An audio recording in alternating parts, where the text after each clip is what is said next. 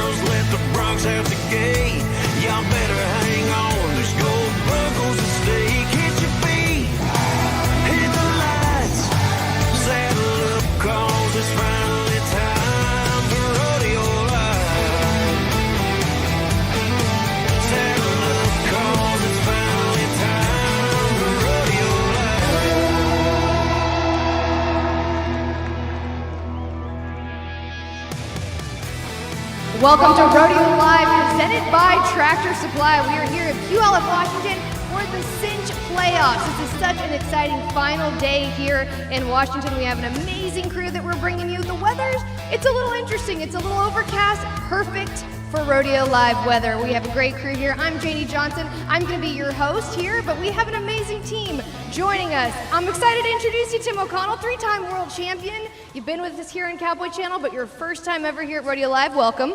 Well, thank you very much. I'm glad to be here. We're excited to have you. Sierra Spratt, as fabulous as ever, and of course, five-time world champion Luke Branquinho joining us here on the show. And we're all happy to be here at Puyallup. I say it's your first time here at Rodeo Live, but it is not your first time to Puyallup. No, I've been competing in Puyallup my entire career. This is the next best thing to being inside the arena. I can say that for sure. Yeah, as we take a look at some of your rodeo highlights, I know this gives you chills to relive these amazing moments in your rodeo career. So we're just really excited to get that first-hand perspective. You've been on the phone with contestants, directors, everybody all morning to bring us that exact perspective we need.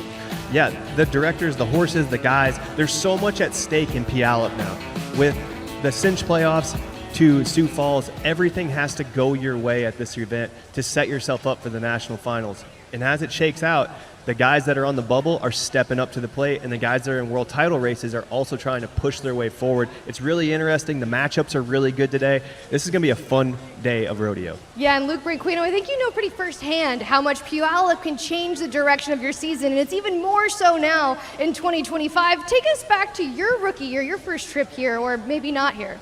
Yeah, well, it was a two-header, and we came and competed in the slack, and we were staying in Ellensburg a couple hours away before we ran our second one. We're sitting in the truck, and the older veterans say, hey, what time's the perf start? So I grabbed the business journal, which was literally like a newspaper back then, flipped over, I said 7 o'clock, threw it on the dash. They said, are you sure? And I said, what, do you think I'm stupid? Well, I was stupid. It started at 2, we pulled in 3 o'clock, Bulldoggers were walking out, like, where you guys been? You got turned out. And I will promise you, they say you never turn out a good one. I turned out the very best one. Well, but it all turned around for years after that here at Puyallup. You've got some good history that happened years following. Yeah, I did. I actually got to ride around the arena as a champion and got to kind of cock that 30 gauge. I think they gave it with the Puyallup engraved on the butt of the gun, and it was pretty awesome. And I won second a couple times. I've had a lot of success here at this rodeo. That's how I remember it. Puyallup. And Sierra, you have been to every single stop here on Rodeo Live.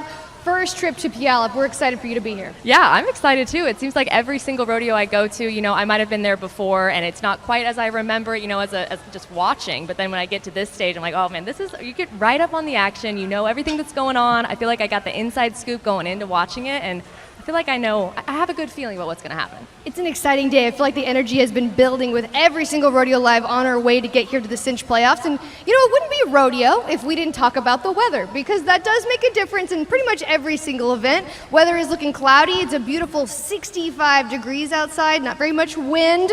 But this is kind of fun rodeo weather. These horses, they're going to be feeling good in the bareback riding. They are. This kind of weather makes them bareback horses and the saddle bronc horses feel really good. They get that little extra energizer. They're not hot. They're not cold.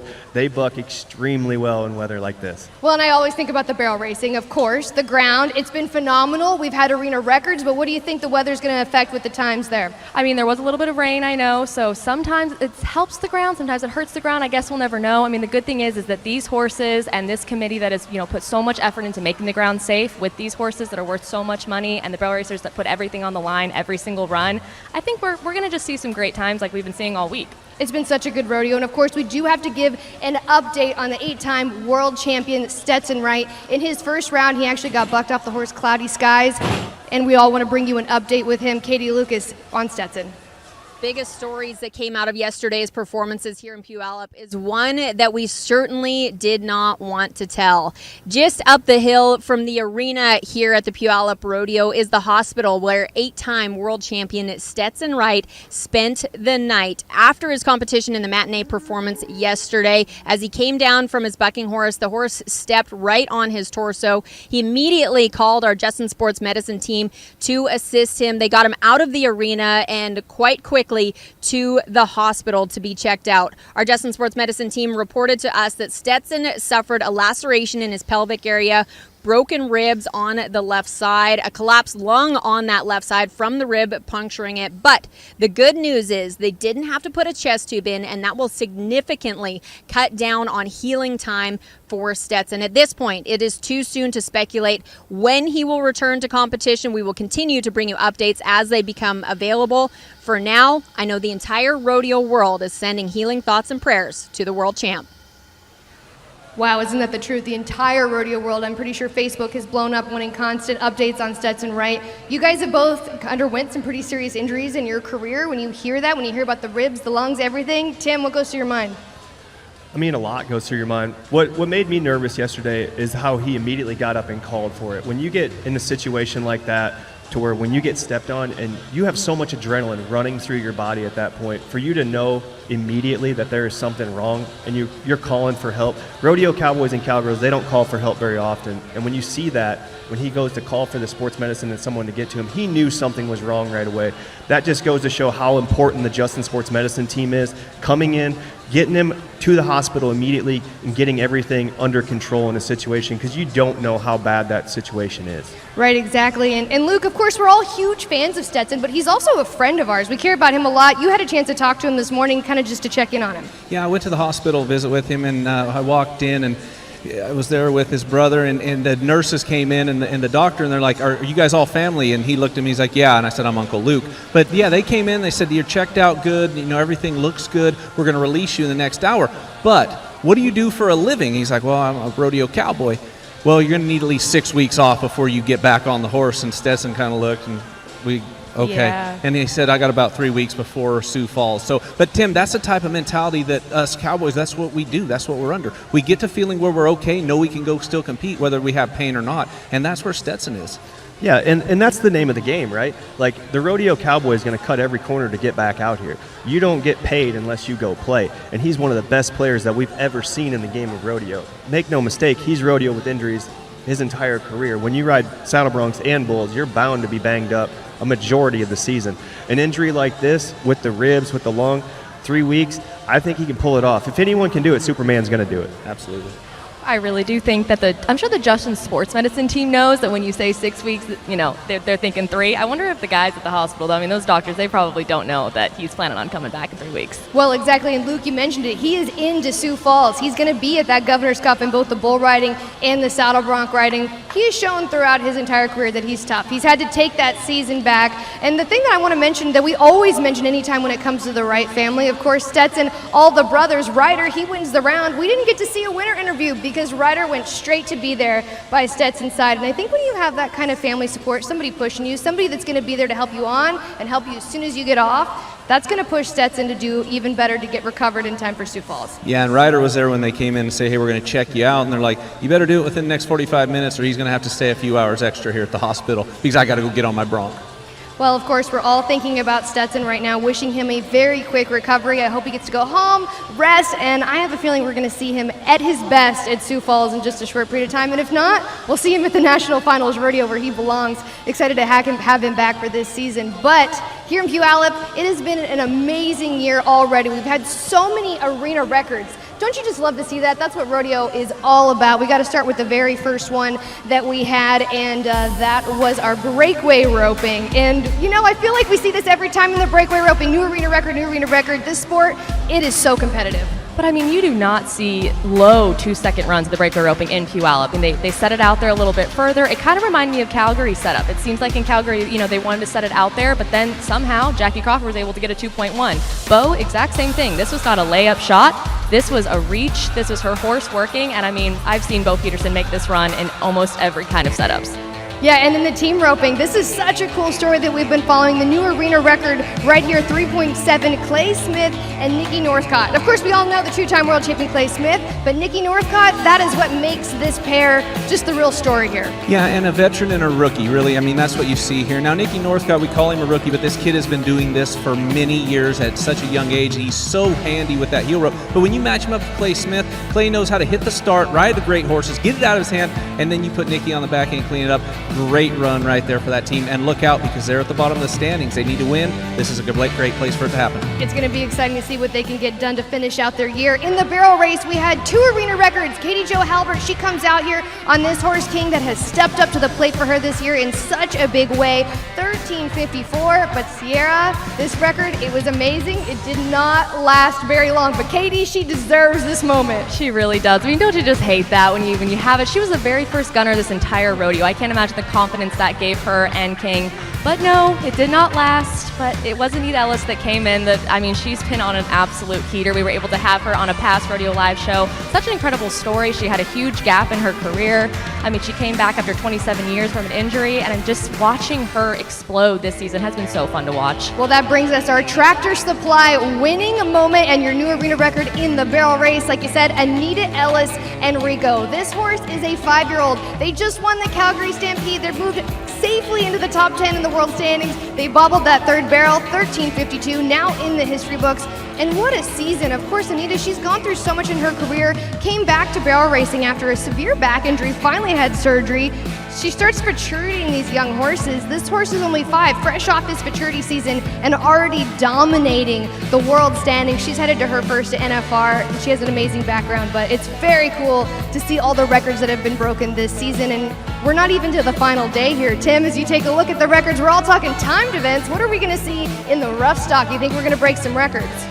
I think we're going to get really close. This 8 round should set up some really good guys against these 4 horses in the finals. And when I look at these 4 horses in the finals in both events, especially the bareback riding, a horse that's been in contention for Horse of the Year in Agent Links might be the weakest horse in the pen.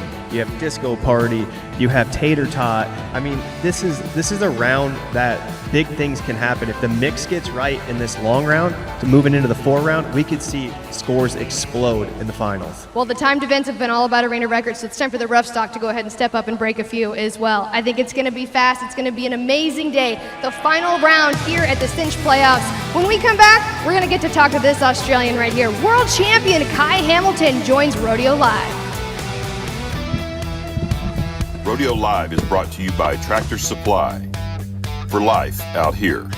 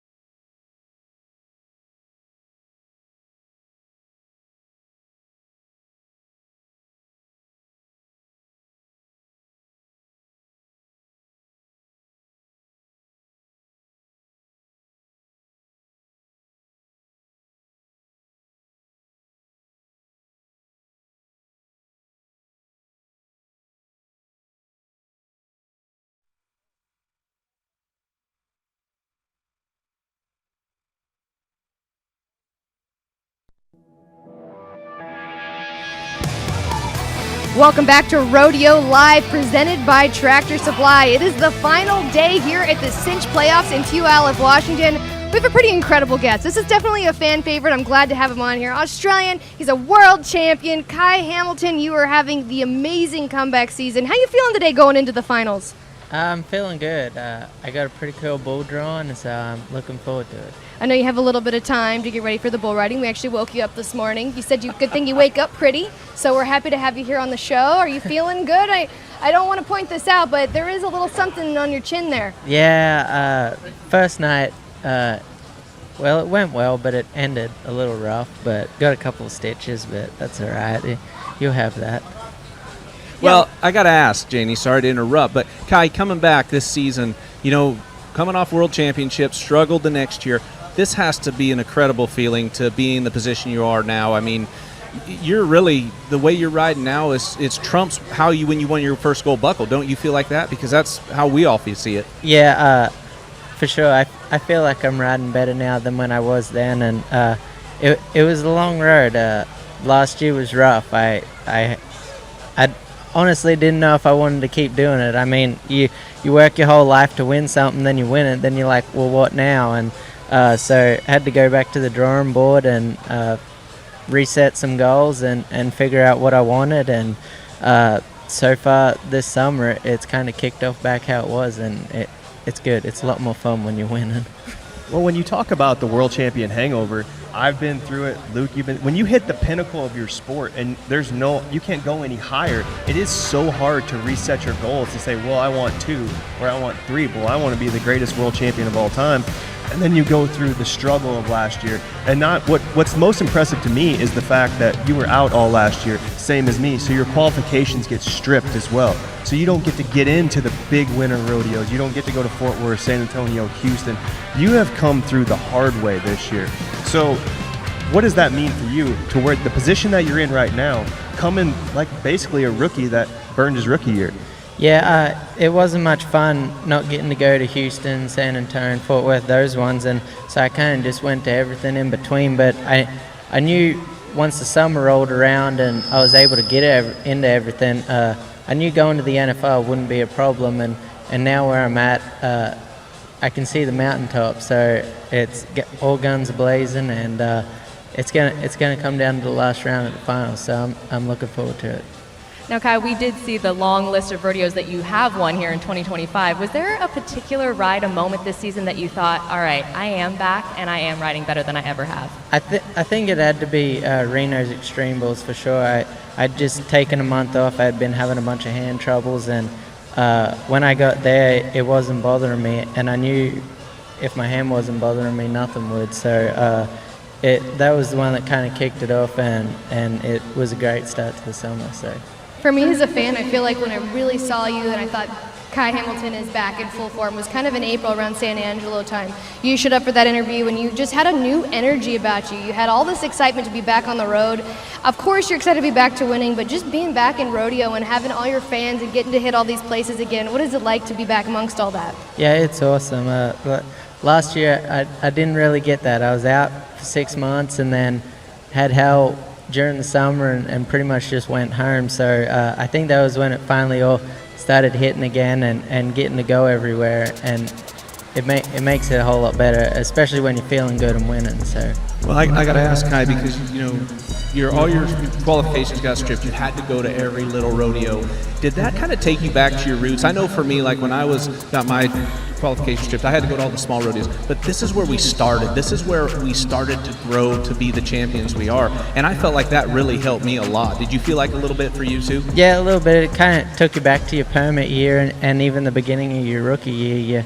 You had to go to everything in between, and it was a good grind. It made you appreciate getting into all those bigger ones. Well, and you had to get on everything, right? You Right. didn't have the luxury of turning out, so you might not have been wanting to get on this bull, but hey, I got on him, I conquered him. Now it's just that motivation, that positivity really keeps building. Yeah, for sure. Now I can pick and choose. Well, and I hate to go back to this, but the fact of it is what you did in 2023 is something that I think rodeo fans will remember for generations. Whenever you had that injury, you came back, you won that world championship. Does it ever set in for you that what you did that year is something that people will talk about forever? That's something to make movies about. Not really. I knew where I was at, and being that close to something you've wanted your whole life, that unless you're in that situation, you probably don't realize you'd do anything to get it. So, I mean, I just did what I thought anybody else would that would be in that position. So, it is what it is. Well, that's what it comes down to today. Once again, you're going to do anything. We're here in the finals. You're one of 2 guys who have ridden 2 bulls here in the rounds. What are you looking forward to today? What do you have to do to get it done? Just make the whistle. Kind of like that first one Thursday night. It wasn't going to be very fun and desirable, but at the end of the day, if you make the whistle, that's all that matters. And I know they'll have some nice ones in the 4-man round waiting. So, when it comes to making the whistle, Kai, that's something you will do pretty, you will do ugly. You have that gritted out mentality. Where does that even come from? Where does it come from? From your roots, from JB, from Cody? I mean, when the chips are down, I will always bet on Kai Hamilton. I think growing up, Dad told me if I was going to do this, he said, you got to be in 110% or we're not doing it. And I think that's where it come from. The guys I looked up to, the JBs, the Troy Duns, them guys did whatever it took to make the whistle, and no matter what they had drawn. So at the end of the day, you're a bull rider. Your job's to ride bulls no matter what they are or what they do. Well, it's definitely going to be a great group of bull riders that we're going to see out today. We're going to take a look at all of the guys that are going to be competing and the matchups. When you think about your bull, I know that you just mentioned it's not really something that you think too much into, but what do you think of the specific bull that you have? Do you have a plan there? A little bit. I watched a couple of videos of him last night, and he's either going to have a nice trip or he's going to have a wild trip. So I'm just going to be ready for whatever and just try and make the whistle. Well, and of course, I have to make a little bit of a nod to the Australian thing. You saw Quinn Anderson on there as well. How fun is that having a fellow Aussie in the bull riding? It's awesome. Now I don't get picked on as much for being the Aussie. But Quinn grew up about 45 minutes from me. We actually went to high school together for about a year or 2. I was a little bit older, but yeah, it's cool. It's been good to see him come over here and kind of make his way, and he's doing good this year, so it'll be exciting to have him at the finals. It's definitely like a little family, the Australians out there on the rodeo road. Kai, you're world champion. You've been amazing all season long. We wish you the best of luck today. Thank you. Thank you. Definitely want to keep an eye out for Kai Hamilton competing today in the bull riding. We want to take a moment to talk about a legend, an amazing cowboy, Bobby Kerr. He died on Friday of cancer. And our entire rodeo industry, we're all feeling a lot of emotion, a lot of heavy hearts as we think about this amazing cowboy. He was one of the most handy, most amazing, accomplished horsemen. He truly put the wild Mustang on the map and showed the world what a horse is truly capable of.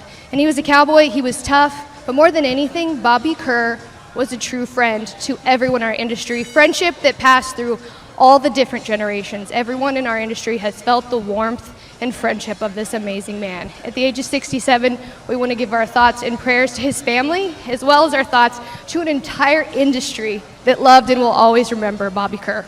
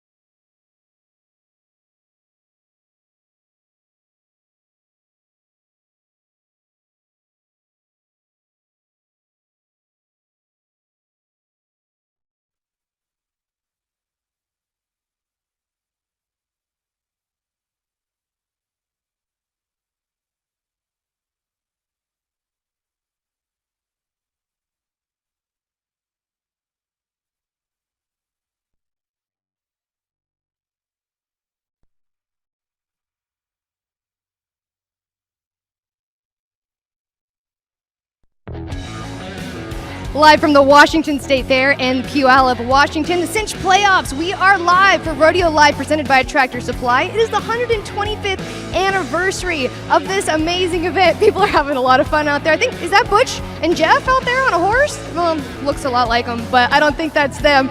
We're having fun. We are bringing some amazing competition. I'm Janie Johnson, along with Tim O'Connell, Sierra Spratt, and Luke Branquinho. Guys, it has been a long journey for these contestants to just get here in Puyallup. Quite the format, 24 contestants, 23 from the tour standings, 1 from the NFR Open. It's not easy just to get in, but when you get here, you got to show up to the plate. You have to. This is the opportunity where the rubber meets the road. You're in the last 3 weeks of the season.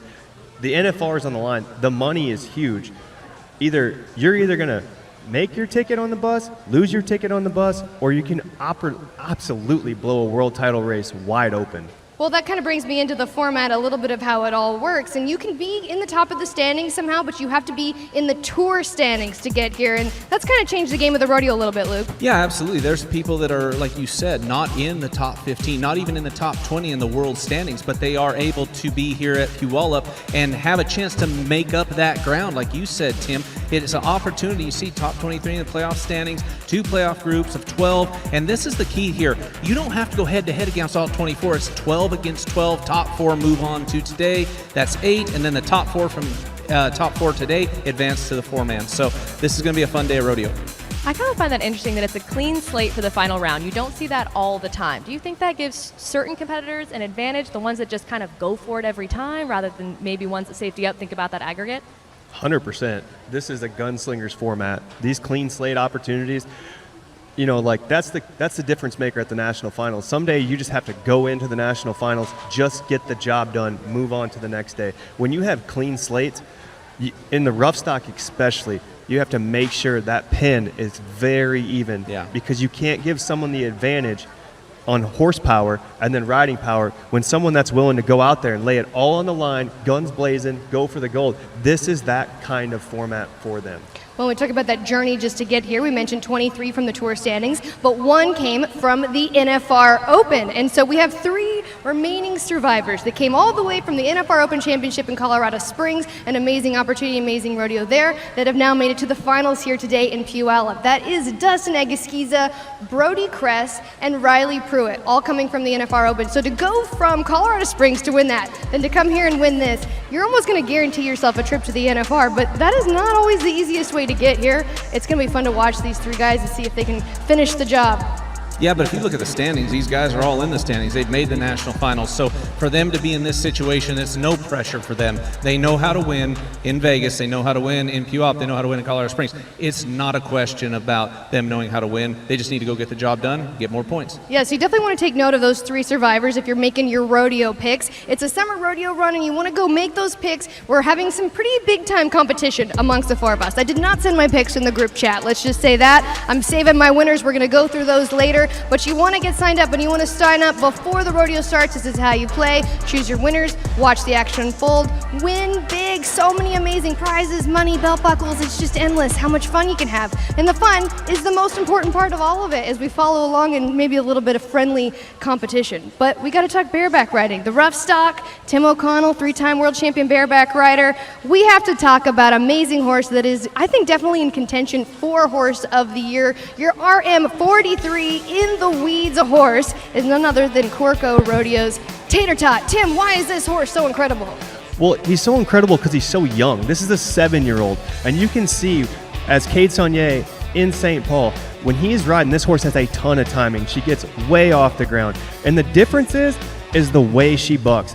The way she comes up and pushes that rigging back at you instead of pushing the rigging away, that just gives you all the timing. It puts all the power in your feet, all the speed.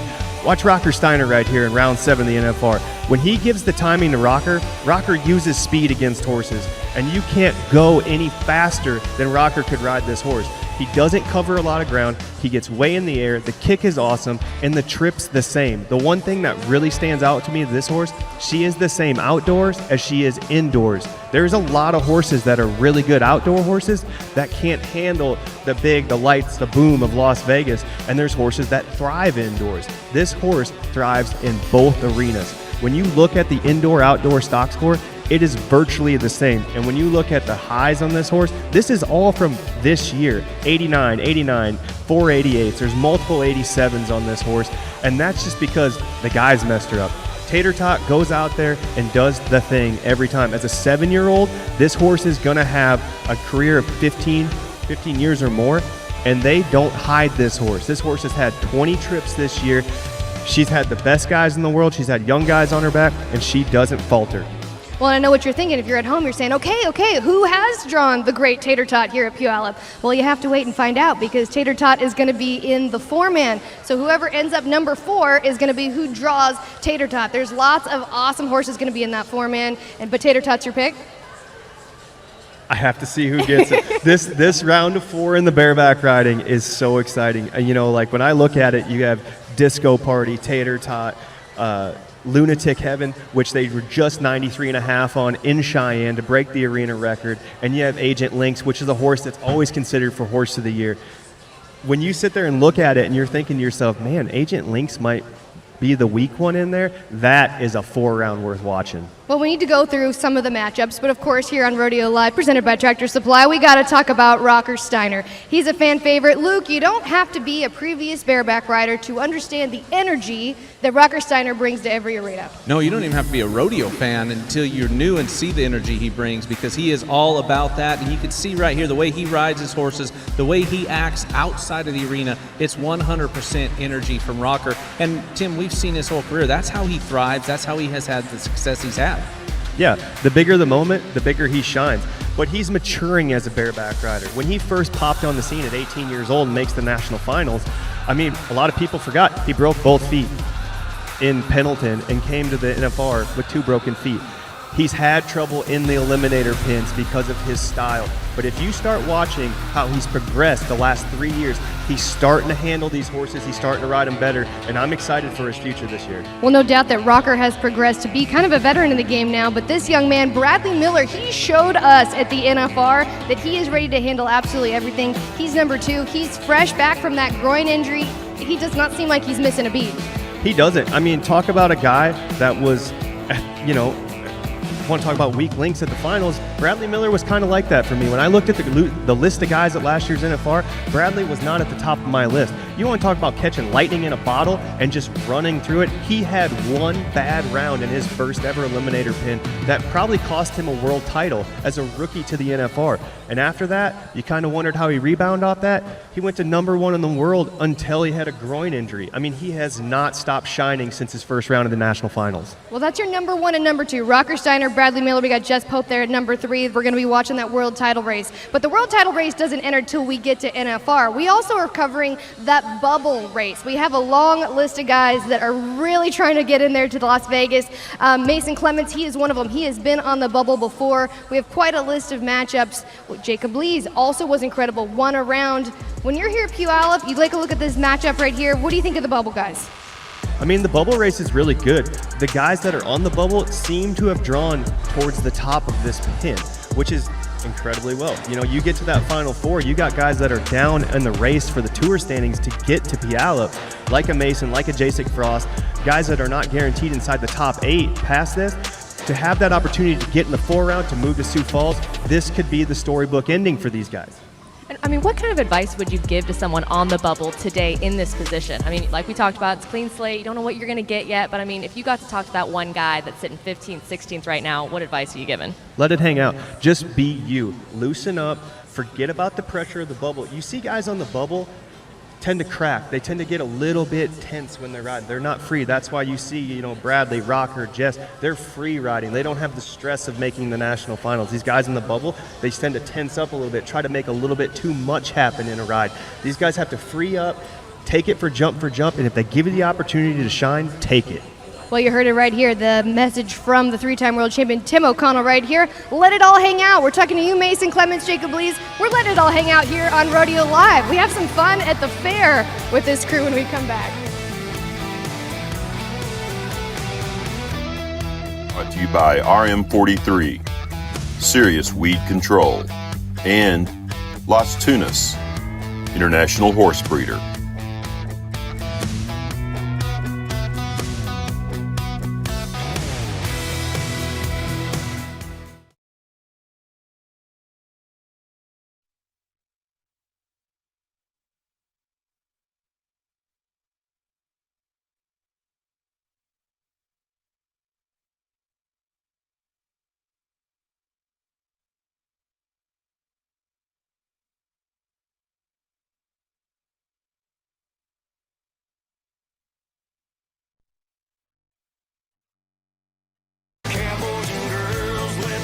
Bronx out the gate.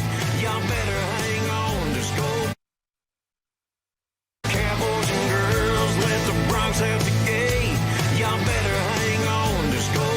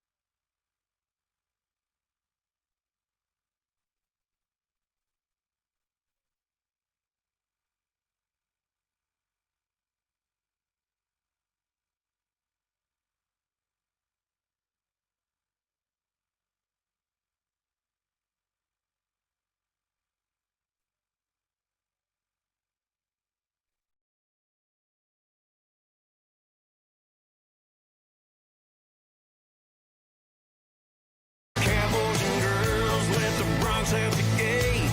Y'all better hang on, just go. Buckles and steak, hit your feet, hit the lights, saddle up, cause it's finally time for Rodeo Live.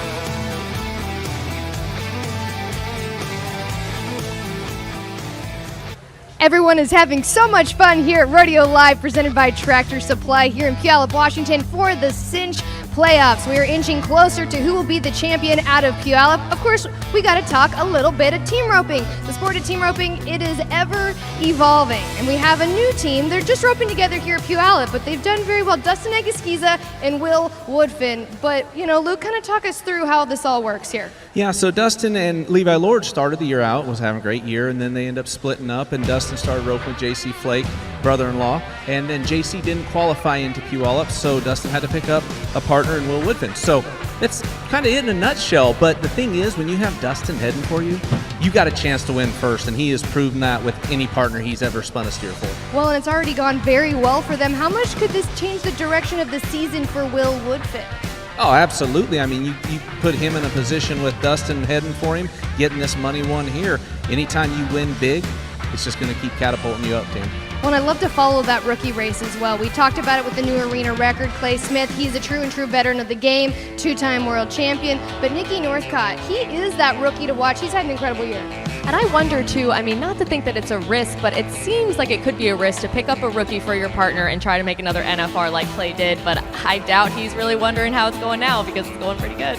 Yeah, Tim, it can be kind of like hopping in a bareback rig with that true old veteran in your rookie season. It's kind of intimidating, but he's handling it well. It's intimidating, but it's such an experience. You get to learn from the veteran, the guy that's been there, done that, and you want what he has. So to get that opportunity to learn from him, rope for him, I mean, that's a rookie's dream to jump in with someone like that.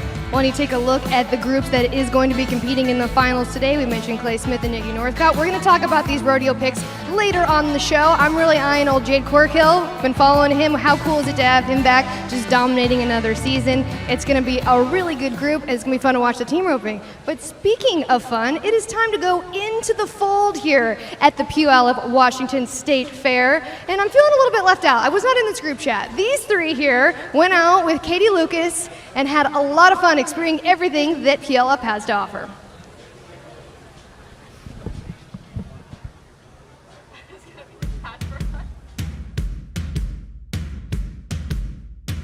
Well, guys, welcome to the 125th Washington State Fair. This fair hosts dozens of food vendors, over 12,000 competitive exhibits, and I hear they even have a 90-year-old wooden roller coaster. Anyone brave enough to try? Not 90 years worth, no sir. All right, okay, guys, let's go. We're going to go try these rides.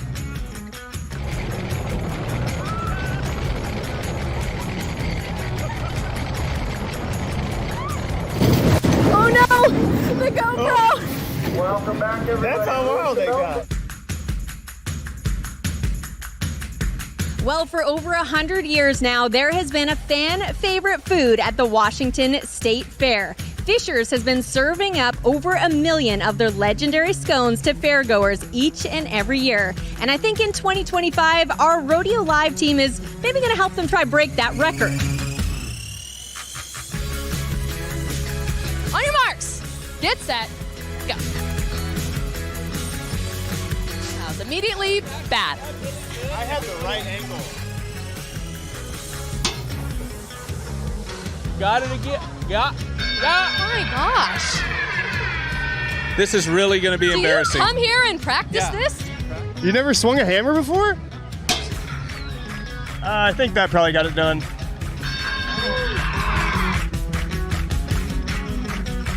Well, guys, we've had a lot of fun today, but it is fun for a cause. Every year, the Washington State Fair donates over 37,000 pounds to food banks, 28,000 pounds of school supplies, and since 1991, $2 million in scholarships, truly making this 125 years worth celebrating.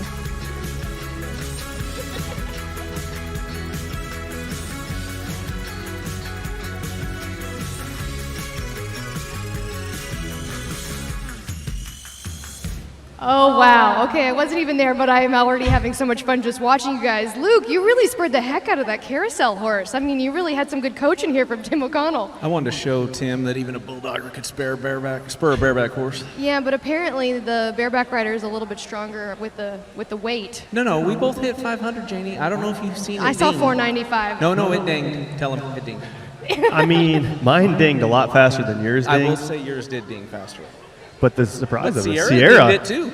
Thank you. They didn't even show They it in the didn't show video. it. Yeah, I'm well, quite upset. That hey, was. we don't want to embarrass these guys on national television, you know? No, I've been Regular looking Rubber Barrel forward Racer, to a it. little stronger. I know, but we all know. We all know the truth. Glad you guys had so much fun, and I'm really jealous of all the food because this is kind of an awkward time. I haven't had lunch. You guys were having corn dogs. You were having scones. You were having popcorn, and I'm feeling a little bit left out. So, how was the whole experience? There was a lot of really good food there, and I'm really sorry, but I'm making it up to you right now You because are? I brought you all the best goodies of the fair. We're Wait, bringing it her up or now. us? You bring it- No, not you. I feel so special right now. You know, who needs lunch when you can have a corn dog? What, Luke? Is this that when kettle you- corn? It's a crusty pup, not a The corn famous dog. scone. I gotta Oh, get the my hands crusty on these pup. famous scones. Okay? This You hear the I've heard crusty about these for years. Anybody who's ever been to Puyallup, you know about the scones. I have never been to Puyallup. This is my first time here, and so I want to experience everything that the Washington State Fair has to offer. Hey, Let's I check didn't this get a out. scone. A little bit of carbs, a little bit of strawberry jam, it appears to be here. Don't forget about the Okay, butter. Cheers. Cheers. I gave Cheers. mine to Luke because he was feeling left out. Thank you.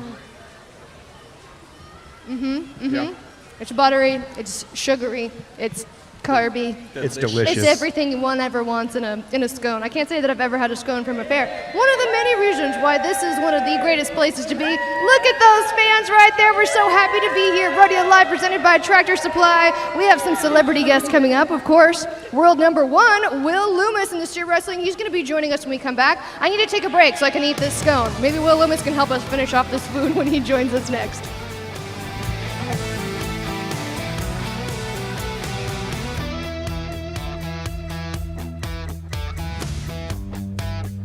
Rodeo Live is brought to you by Hire, History, Heritage, and a Hell of a Comeback.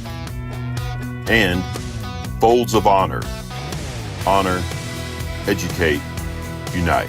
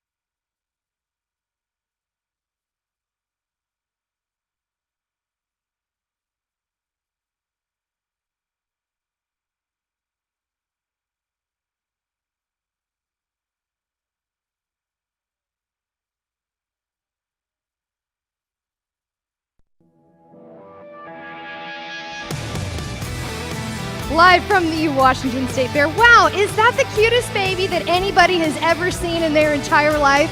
I think it is. I think it is. Little Olivia Lynn Finlay being all cute. So excited to be here at the rodeo, her first trip ever to Puyallup, Washington for the cinch playoffs. We're excited for all the competition, but wow, what a cute baby. Pretty good looking cowboy next to her as well. Excited to be here, and we got to talk steer wrestling. Time to get focused into the competition. Joining us is Will Lummus, world #1, but we're still talking about that baby. Should we just talk about the baby for the entire segment? Sure, yeah, it's a beautiful baby. But I think we should transition to Will Lummus here in the steer wrestling. Will, it's an exciting day. You are having the most unbelievable season. Take us through it. I got to start the year on the same horse that I got to ride for half a year last year, Swamper, and Winston McGraw's done a fantastic job, and Hazen and Lucky's on the Hazen side. It's just been the same team all year, and I've really drawn some really good chances, but I feel like I'm bulldogging great too. So just kind of everything together, it's been awesome. It really has. Well, you just kind of single-handedly set us up for our Las Tunas horsepower to watch today. Of course, that is the great horse Swamper. This is such a cool story behind this horse. He was amazing for you at the NFR. Tyler Wagaspack is also going to be riding him here at Puyallup. Why is Swamper so exceptional? I just think it's the simplicity of it. I mean, you back in there and get to do your job. If you have a chance on whatever steer you draw, it gives you a chance to win every time. And Dakota and myself and Winston have been riding him all year, and then Wags jumped on him here just kind of cold turkey and won our set. But it's kind of going back to when I jumped on him at St. Paul last year. I'd never run a steer on him, and jumped on him and won second at St. Paul last year. So it's just it's pretty simple just to be able to jump on him and go have a chance to win, and that's what Wag did here. So. When you talk about consistency, you started on him halfway through last year, had so much success. World #1, and you've been dominant all year long. Every time you nod your head, it's like Will Lummus show. And to have that consistency coming into the fall, going through Puyallup, Sioux Falls, the national finals, how important is that to go after that first world championship? I've got a ton of confidence.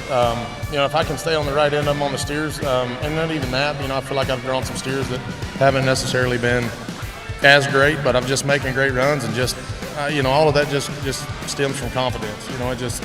It's just simple. Well, when you're on a horse like that, that gives you confidence on any type of steer you have drawn. You can see right here, Winston McGraw's owner of this horse. Obviously, he's an American quarter horse, but you see guys' names on there that have won on Swamper: Jesse Brown, Mike McGinn, Stephen Culling, yourself, Dakota, and Wag, Gavin Swallow. You put guys like that on, that's money that's going into Winston's pocket because of mountain guys. But we got to talk about the Hayes horse too, how important that is, and that team that gives you guys that opportunity.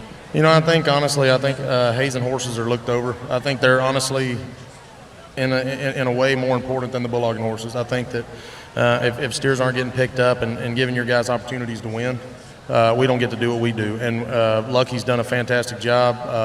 Clayton Haas bought that horse as a 2-year-old, trained him, did all the things himself, and hazed at the national finals last year on him. And it just, Swamper isn't the superstar he is without a superstar on the other side, and they're overlooked so much. But it's just as important. Well, I want to give one last comment to Swamper here. We've got to give a shout out to Blake Knowles, the son of Butch Knowles, who's going to be hosting our rodeo performance later on. He had a huge hand in this horse's history. Yeah. Blake trained the horse from the ground up, and just was kind of on his way out of the career, on his career, and it gave that horse a great home, and he's become a superstar.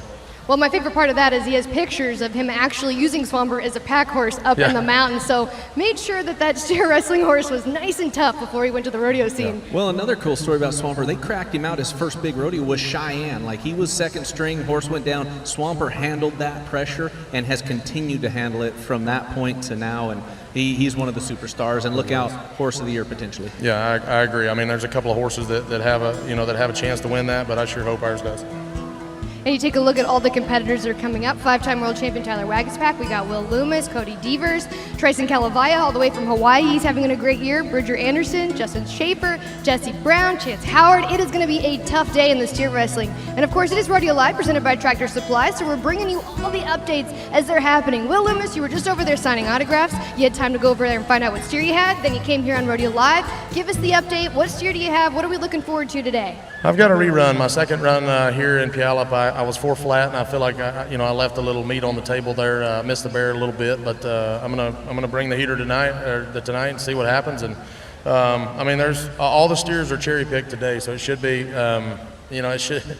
it should be a really tight bulldog. And you see some ties. I don't see any reason why 4th and 5th. We're gonna have to have some tiebreakers probably today. Well, and Tim, you talked about it when you talked to these guys. Hey, the pressure's on. Go after it. You run at it every time. You're in a situation where you don't have to back off. You're number one. You go win as much as you can. There's some guys on that list we just seen. They have to do the same thing because they're at the bottom. Yep. They cannot back off. But you're kind of a roadblock for them. Well, I've feel like in my career I've backed off a lot, and this year, even going into the finals last year, that was my goal, not to back off ever. And I feel like I've done that this year. And there's some guys that are on the bubble, and they need to win right here. And this could be a huge step to get to Sioux Falls and make their Chance Howard make his first national finals. He's 14th in the world right now, and Chance deserves to make the finals. Chance Bullock's better, as good as anybody out here. So I really look forward to him doing well today, and I hope he does. Well, that's going to be kind of our theme of the day. Let it all hang out. Don't hold back. We're going to see that same thing happening in the tie-down roping. And Riley Pruitt, he is our tie-down roper that I want to talk about. Sierra, he just happens to be your cousin. So you've got that front row seat to this amazing career and what's going on with Riley. I knew I recognized that name, yes. Riley Pruitt is my cousin. Honestly, we have to give a shout out to the horsepower that he's on Snowman. It's been such a cool story with Snowman, speaking of amazing horsepower, because he had him as a 5-year-old. Actually, his mother got him as a barrel horse, and turns out pretty good at the calf roping too. So Riley went ahead and bought him from Marty, his mother, and now he's been doing an amazing job on Snowman, winning so much money. He won the circuit last year, the Mountain State Circuit. $42,000 was his circuit standings there in the end of it. So needless to say, he won it. Snowman won Horse of the Year for the Mountain State Circuit, and now he's number 3 in the world, and I'm really excited to see him back in the Thomas & Mack. Well, Riley Pruitt's definitely put himself in world title contention going into the National Finals Rodeo, but he's going to have to get past this guy, the 2-time and reigning world champion, Riley Webb. And I think anybody who follows rodeo, follows tie-down roping, they have been learning this name and seeing it every single day since I think Riley was about 12 years old. He is one of the most unbelievable young tie-down ropers in the world. He's a champion. Yeah, and getting to watch Riley at that young age going to where he is today, 2-time world champion. But we talk about horsepower, you mentioned it. It is so impressive. This kid at a young age knew that horsepower was key. And Will, just like we talked in steer wrestling, that is 80% of it. If you have a horse that lets you go do your job, it's so much easier to win and be in that number 1 spot. And that's what we see with Riley. Yeah, no, I agree. The horsepower is number 1 and so key. But I feel like when you put guys like Riley Webb, who's a total animal, when you put him on a horse that's that good, same in the steer wrestling, it's kind of hard not to win. It really is. If you back in there and do your job, it honestly, we make it harder than it is. Well, as a bareback rider watching Riley Webb, talk about a kid that can execute the perfect plan. First time he goes to the finals, he's got a monster lead. He protects the lead at the national finals, doesn't have the greatest national finals, goes on to win his first world title. Last year, comes in there, guns blazing, wins multiple rounds at the beginning, catches the lead, builds a lead, and then makes everybody make a mistake trying to press to get to him. This kid could possibly go down as one of the greatest tie-down ropers we've ever seen. Like, for a young man to execute plans that good at this stage of his career, that's so impressive. Yeah, I think a word that we don't use enough to describe the tie-down ropers is just an absolute athlete, and that is Riley Webb. Same with you, Will Lummus, in the steer wrestling. We wish you the best of luck today. Congratulations on an amazing season. Thank you very much. You definitely want to tune in for Will. He's going to be chasing that Puyallup championship coming up later on, but we have to talk about our women athletes when we come back. Barrel racing, breakaway roping, it is some tough competition.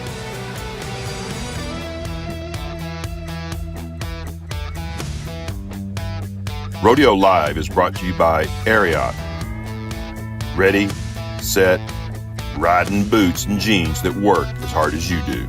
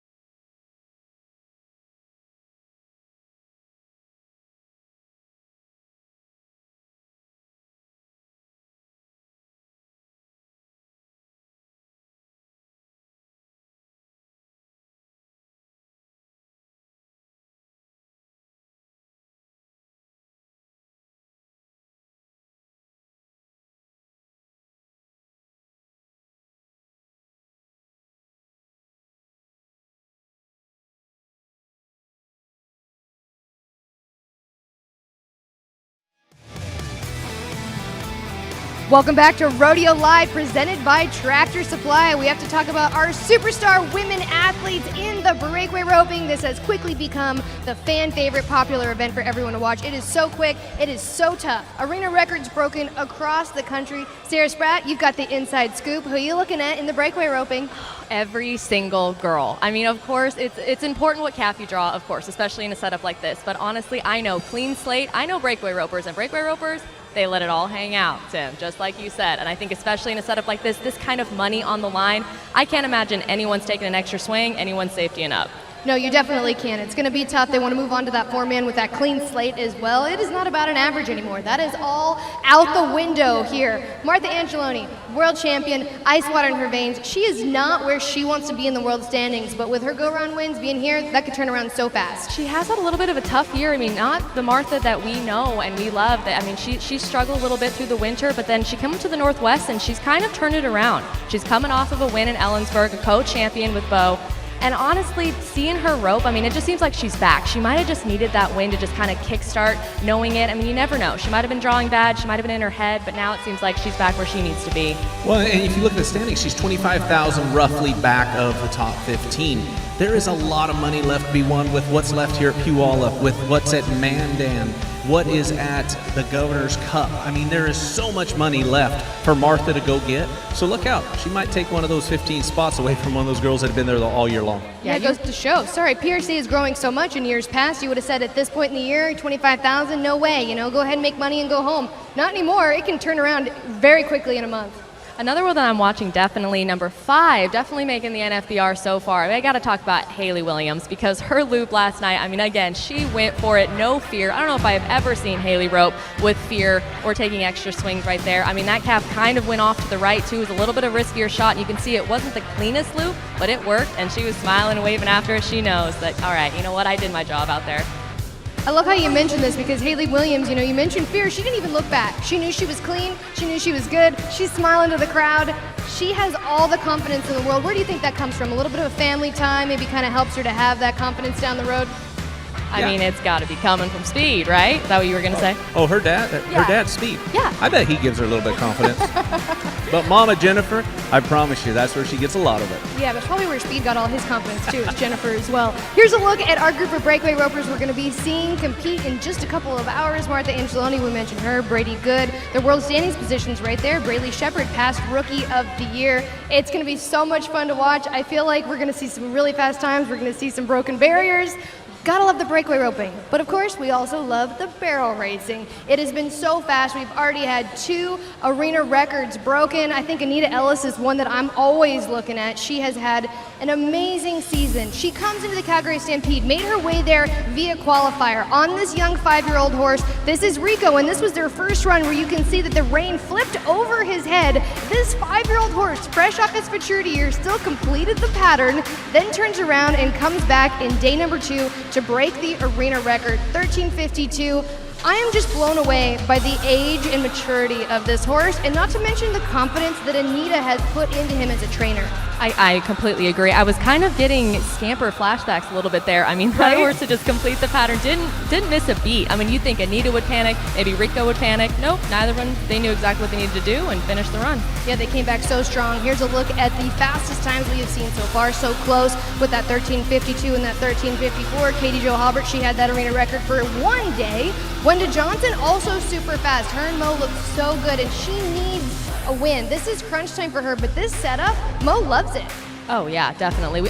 Honestly, when I walked up and seen the arena live first time, my first thought was, wow, it's smaller than it looks on TV. I feel like that happens a lot, but it seems like some of these horses, if they're anticipating those barrels at all, this is not the place to take them, but all of these horses have really stepped up. Right, it's definitely a tight pattern. Those barrels right up against the fence, especially with that grandstand there. You took a look, a lot of fan favorites. Emily Beisel, she's going to be running Chewy. Sharon Hall, she made it here on a borrowed horse. We've watched her on Hello Stella all year, got a last-minute phone call that she made it here into Puyallup, borrows this amazing young horse called Olive.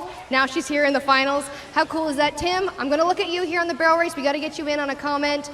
How much do you just love the barrel racing as a fan? It's gotten to be so exciting. It has to be so exciting. When these girls are coming out and laying runs down like that, it's really exciting. When you have 2 girls come in here and snap an arena record off, I don't know exactly how long Puyallup's been here, but there's a lot of history in this arena. There's been a lot of fantastic barrel horses that have ran this pattern in here. And for these two girls, I mean, to come in here and take down big names, too, to do it, they're showing no fear, they're showing no slack, and they're going for it every time. They want to get in that top 4 position in order to move on to Governor's Cup in Sioux Falls, try to make NFR qualifications. So much is on the line across all the events. When we come back, we're going to cover the classic event, saddle bronc riding, here on Rodeo Live. Rodeo Live is brought to you by Tractor Supply. For life out here.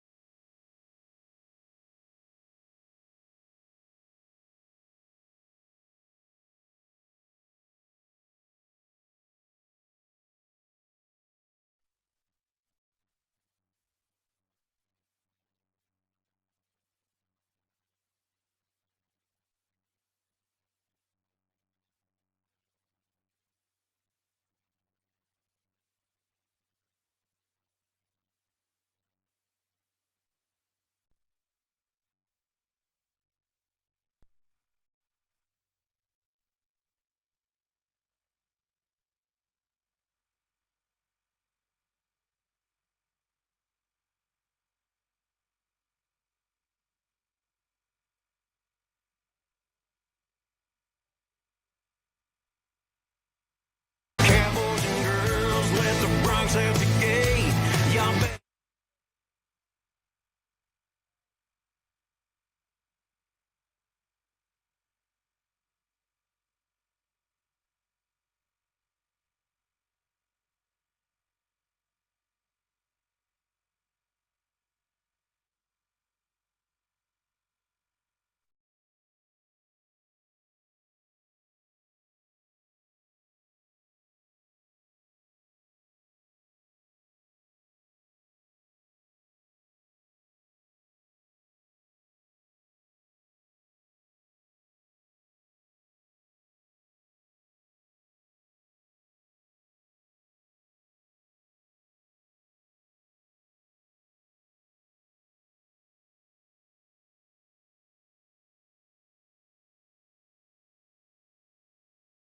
Cowboys and girls, let the Bronx out the gate. Y'all better hang on. There's gold buckles at stake. Hit your feet, hit the lights, saddle up, 'cause it's finally time for Rodeo Live.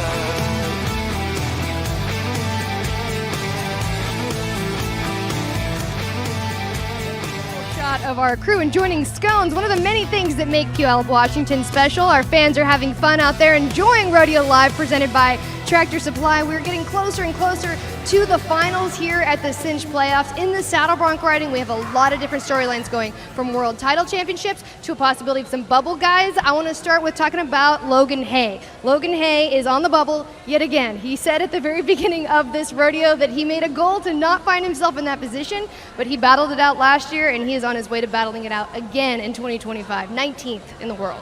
Yeah, I mean, Logan's been here, done that, and accomplished the goal. Do you want to be on the bubble? No, no one ever wants to be on the bubble. But sometimes that's just how the draw shakes out in your year. But this is the opportunity. Logan Hay, Dandy Delight, they just won the short round at Ellensburg. I watched Zeke Thurston be 92.5 on this horse in Pinoca.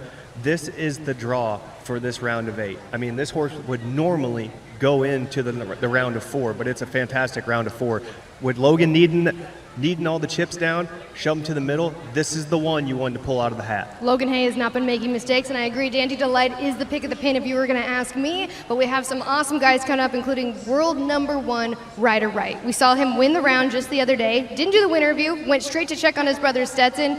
Ryder, he's a 3-time world champion. Brody Kress, also always in world title contention, a 3-time average winner at the NFR. Brody, maybe one of the most consistent saddle bronc riders going down the road. Absolutely, he's proven that at the national finals, as many average championships as he's won. And this guy, you know, he's so phenomenal on any type of horse, and that's what's so cool about Brody. It doesn't matter if it's an E-pin, just a hopper, he's going to go get your money and get that average title like we've seen him do. Now, it's a little bit different here. Puyallup, no average included. It's one and gun, right? You go many as points as you can and move on. But look out, Brody has a good horse. What do you think, Tim? Can you get it done? I mean, with Flying Karma, Brody just doesn't make mistakes. I mean, but either does this guy, the Iceman, the 3-time world champion. I mean, Ryder Wright goes out there and has got that it factor about him. He will go do what it takes. He will go that extra inch up the neck. He will fly to the front, handles his rein. I mean, in a family of the most historic bronc riding lineage, he's the one that's coming out as the favorite, which is crazy to say in that the right family altogether. That rider's the one, but he is the one. When the chips are down, he can go nullify any mistake with this style that he has. I love the word that you used, it factor, because that is exactly how I would describe Ryder's style. He's got his basics down, obviously the foundation with the family. Cody taught him everything he knows in terms of lifting on his rein, holding his feet, all that, but he adds an extra flash with his style that other saddle bronc riders maybe don't always have. He adds the pizzazz. He really sticks his feet, holds it for a second, and it just really shows off a horse. And Grand Slam Baby, that's going to be the matchup. That horse kind of has a bit of a different style as well. Ryder, he's adaptable. He's a perfect build for a bronc rider, and he wants another world title. He's got kind of a safe spot here on that #1 spot, but he wants to be #1 going into Las Vegas. But why do we keep talking about the Governor's Cup and its correlation with the cinch playoffs? This is the big deal. Everybody learned last year with this event that they need to be at the Governor's Cup if they want to go to the NFR, if they want to be #1 in the world. This happened with Damian Brennan. He set a regular season earnings record because of the money he won at the Governor's Cup. They're going to take the top 4 guys out of every single event on to Sioux Falls. So that's where you want to be. Yeah, and we've seen what the Governor's Cup did for a guy like Tyler Wagaspack. He wasn't even in the top 20. He went, did good there, and got into the National Finals Rodeo. Well, let's just put in perspective. In 2013, it took $65,000 to make it in the 15th hole in the bareback riding.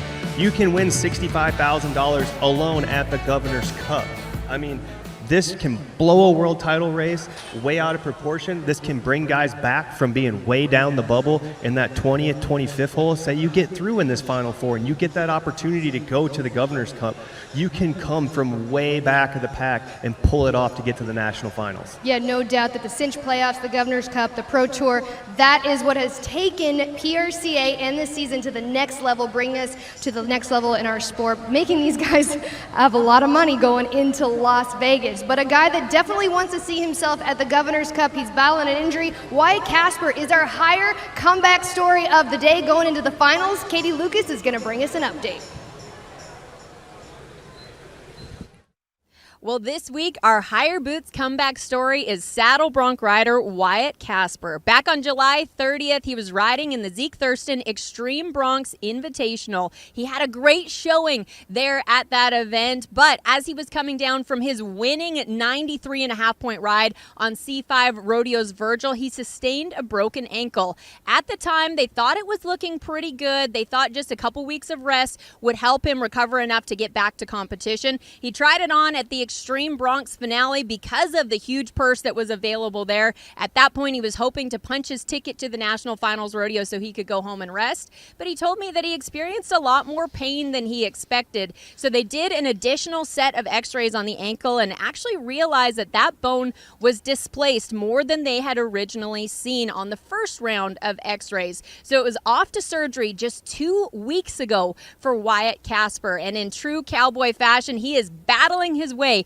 back into the arena to try get to the National Finals Rodeo. I talked with him earlier and he says, I had to come out because I wasn't going to sit at home and get bumped out for Vegas. It's a little sore to ride with, but a long ways from the heart. That is our Higher Boots comeback story right here in Puyallup. More Rodeo Live coming your way. Our panelists are going to make their rodeo picks. Who are they going to go with? Find out next.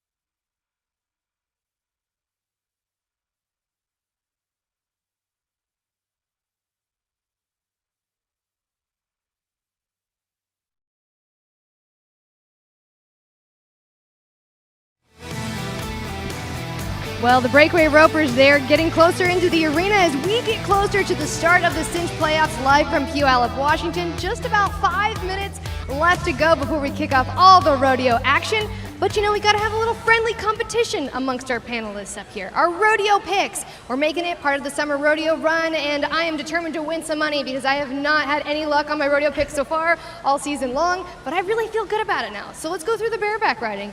Tim, I know I'm gonna start with you because, you know, you're a 3-time world champion, pretty casual. Give us the inside. Who's your bareback rider? Who's your rodeo pick? My rodeo pick is Rocker Steiner. Oh, you really went on a limb there. Okay, I'm gonna go with mine. Mine is the young Wacy Shala. I'll explain later. Sierra, who's your bareback rider? I copied the professional. I went with Rocker too. I might have cheated. I saw what he wrote down. So. Fair, that's fair. Okay, Luke, I'm seeing your pick, but go ahead and tell us. Yeah, Jacek Frost on True Grit. How can you not pass that one up? Okay, I'm going with Wacy. I really feel good about him. I know he's got big time horsepower, but when I saw him ride at Salt Lake City, he had night faded for that win. That was that next level eliminator style horse. That's what he has here today. He said he showed himself that he can handle high caliber horses, and I really believe in him. I think he's gonna do it. He's my pick. Now, Rocker, he's kind of proven himself time and time again lately. Yeah, Rocker and Buster, this is what they won the 8 round on here last year.